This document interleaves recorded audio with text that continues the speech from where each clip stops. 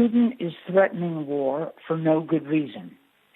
The Russian demands are not focused on NATO. They're focused on rolling back 25 years or 30 years and relitigating the end of the Cold War.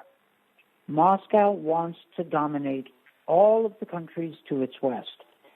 And NATO and the United States are not going to allow that, nor should they. I don't know how far Putin will go, but there is no good reason for him to be building up over 100,000 soldiers to attack Ukraine. There's no good reason. Ukraine does not threaten Russia. Russia is threatening Ukraine. And there are plenty of things to discuss with the Russians.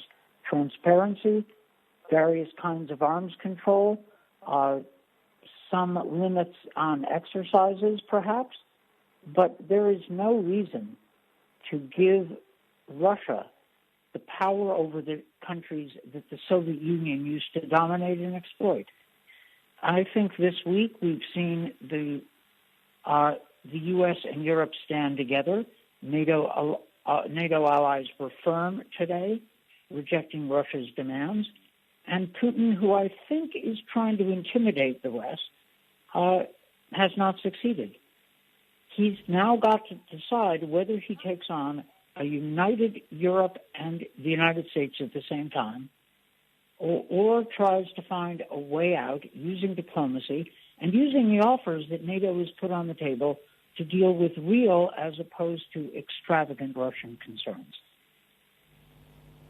Then how might Putin's attempts to intimidate NATO and the US, as you put it, backfire?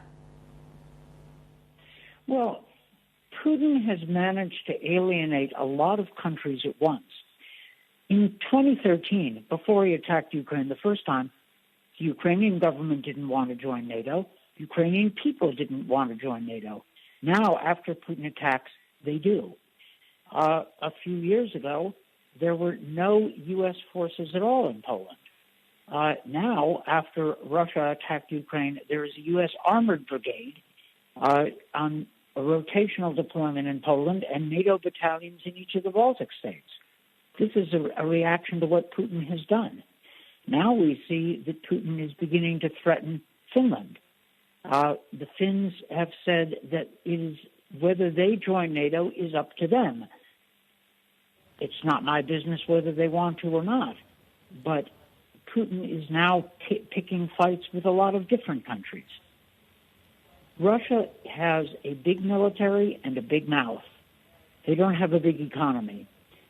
They are trying to use their military to frighten the West into concessions that it shouldn't make. And I think Putin is failing. But this could get very nasty. Putin is perfectly capable of launching a major military offensive in Ukraine or more limited military attacks in Ukraine, which is a real possibility.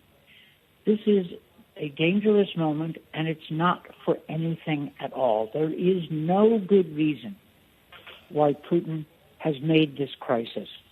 Nobody has done anything to Russia.